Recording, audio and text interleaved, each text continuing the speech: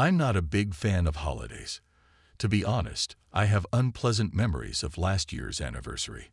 I realized that I would have to celebrate with my wife, Hannah. We were married together for 2 years, and I thought we were serious about each other. It turned out that she looked at it differently, but at the time I had no idea. Hannah was amazing, but let's face it, a little demanding. I seriously thought of her as a woman I could live with for many years. At first, I decided not to spend money on expensive gifts.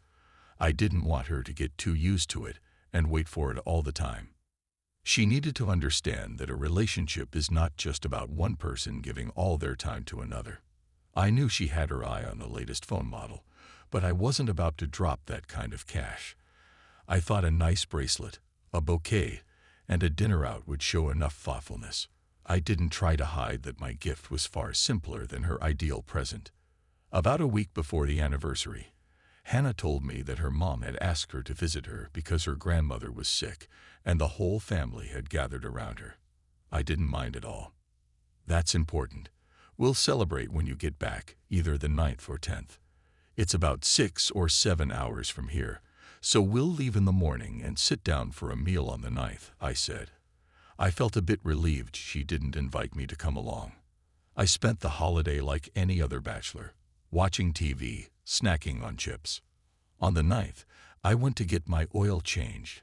I figured I'd stop by a friend's place afterward, so I headed to the other side of the city. There was a big complex there with a place to change oil on one side and a nice cafe on the other. It seemed like a cool spot. I hadn't been there before. "I've never been here," I told my friend. "Me neither," he replied. "But it looks great, and they've got amazing coffee." He pointed to the cafe. "They've got pastries too. You should try them. But the entrance is through the hotel lobby right now, since they're doing some work." I nodded, understanding what he meant. While they were working on my car, I figured I'd grab a coffee. I called Hannah. "Hey, how's everything? How's Grandma?" "Seems like she's okay, but I'm really happy that we all managed to come together. It's so nice to have lunch with the whole family." "What about you?" she asked. "I'm just taking my time with my car." "When do you think you'll be back?" I asked. "I should be back by tonight," she said. "My cousin and his family are coming my way, so I'm getting a ride with them. I don't know exactly when yet." We said our goodbyes, and I told her I'd be waiting. My car was done, but then I needed to use the restroom. I thought the cafe would be cleaner, so I headed there.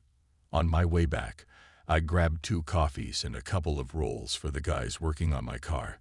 The place looked nice, cozy, with comfy chairs and wide steps. I went upstairs. The girls at the reception were friendly. I went up the stairs, and while I was admiring the decor, a couple appeared on the steps. I wasn't too interested, but then I heard a familiar voice. "Take a picture of me with my new phone," the girl said. "Here?" the guy asked. "Yes," she replied. "Okay," the guy said. The girl mentioned going to a restaurant, and the man named one of the fancier spots in town. She sounded thrilled. The couple seemed familiar, but I couldn't quite place them. I took a few steps back, trying to figure out where I'd seen them before. That's when it hit me. Hannah was hugging some guy. I stood frozen for a second, not sure what to think, and only snapped out of it when the guy started shouting. I accidentally spilled coffee in his face. Not boiling, at least. Hannah seemed at a loss for words, looking from me to the guy who was glaring at me. I turned and headed for the exit.